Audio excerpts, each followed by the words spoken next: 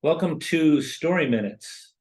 I'm going to be reading excerpts from my short story, Our Stopover in Santa Fe. There's a link below to the literary magazine where you can find it online and read it. There's also a link to my collection of short stories, Hearts Without Sleeves, 23 stories. The story is not included in this book, but you'll find 23 stories, one of which or more may pique your interest. So there's also a synopsis of our stopover in Santa Fe, which I've been included below. Just some background on the story. This was inspired by a trip I took to Santa Fe and Taos, New Mexico. And those that have been there will know what I'm talking about. Those that haven't and may have read about it will understand. And those that know nothing about it hopefully will be inspired to visit. So Santa Fe, New Mexico is outside of Albuquerque, and then Taos is just outside of Santa Fe. And it's a very historical city. It's where the Native Americans and the conquistadors clashed. There's a very strong Native American population there. There's a lot of ancient, beautiful Catholic religious churches there. There's a beautiful square and old hotels and a gathering of where tourists and locals and Native Americans who come into the square to sell their handcrafted jewelry. But more importantly, there's a real metaphysical vibe similar to Sedona or other areas in the world where you've heard about this vortex. I felt it very strongly walking around Santa Fe and to a lesser extent Taos. I felt the configuration of the historical events of Santa Fe with present day Santa Fe. It was very inspiring, and the story concerns a very successful retired couple. They're childless. They're a couple people that grew up in the 60s, and they were ambitious, and the wife started a clothing line. And they sold it out of the back of their VW van, and then swap meets, and then got into some department stores, and they created their own label. To make a long story short, they created a very successful clothing line, which they sold and made them multi-millionaires. So now they jet around the world in a private jet and are trying to find themselves. Their marriage is kind of coming apart, okay? And as they board this private jet on their way back to Florida, they find out that there's a storm, and their private pilots advise them that maybe they should take a detour and take a few days off. And the wife is looking at a magazine, reading about Georgia O'Keeffe, the famous painter. You should visit her museum when you're in Santa Fe and Taos. And she says, let's land there and spend a few days until the storm passes, which they do. And you're going to meet a lot of very interesting people in Santa Fe. You're going to feel this vibe that I talk about, as do these characters. And by the time their visit to Santa Fe and Taos is finished, they are refreshed, they are resurrected. That's a strong word. Their marriage and their belief system and what they choose to do with their money and their purpose in life has been reaffirmed. Okay, so it's a very uplifting story, but I hope I capture that metaphysical vibe in the story for you.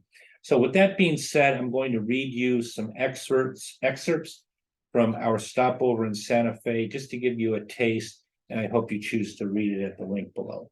Allow me to begin, please.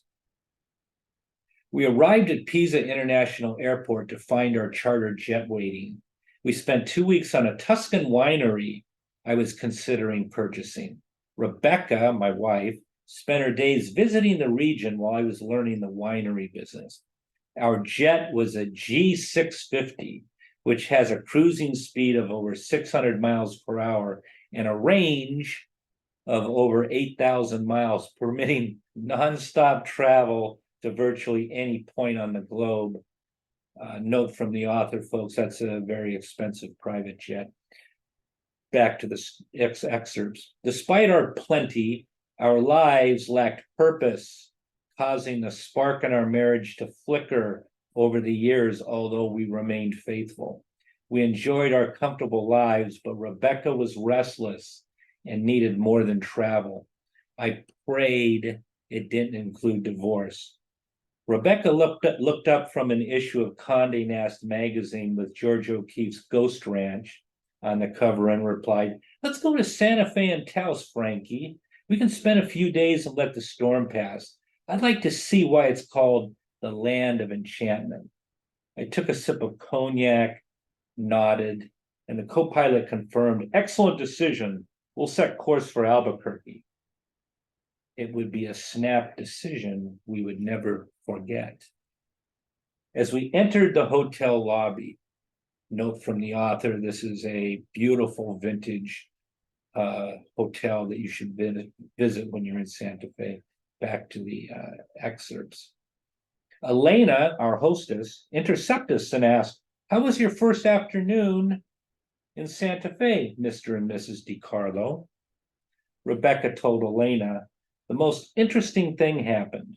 We stopped to look at jewelry where the Native American artisans are assembled." This is in the square, by the way. "And an elderly vendor gave this beautiful bracelet to me as a gift." Rebecca held out her arm with the bracelet for Elena to inspect. Elena was a beautiful 30-something Native American woman wearing a wedding ring. Elena was impressed with the turquoise and intricate work of the silver, saying, "This is a very fine piece, Mrs. DiCarlo." Rebecca replied, "He just gave it to me, no charge." Elena asked, "Well, what did the man look like?" Rebecca replied, "He appeared to be in his 80s and didn't speak a word except to say, 'Please accept a gift from my tribe to yours.' And somehow he knew we were childless." Elena replied, "Turquoise means open communication and clarity of thought. These elders are very perceptive, and the quality of this gift tells me he respected you.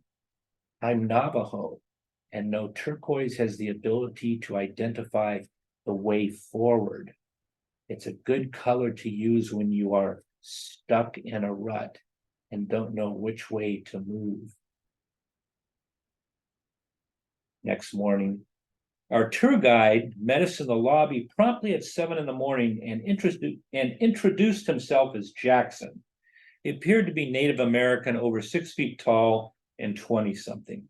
I asked Jackson why he chose Authentic Tours as his business name. Jackson replied, "So much of our history has been, excuse the expression, whitewashed.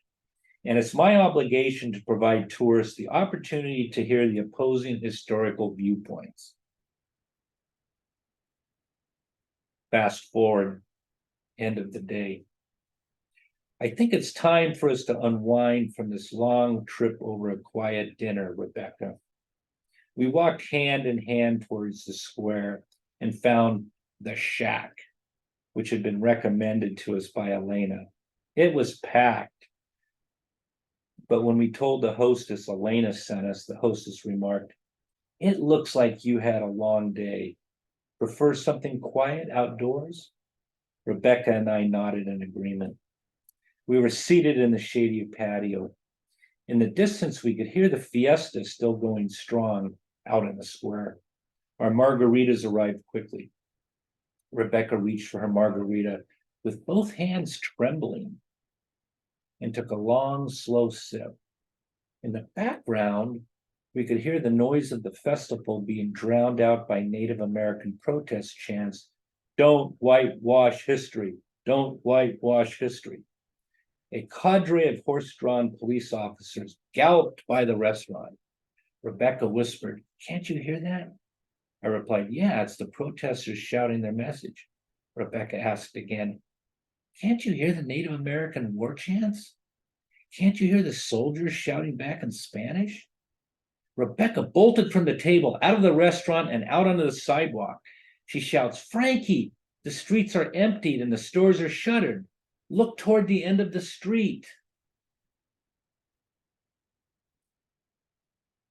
I hope the excerpts will interest you to read our stopover in Santa Fe.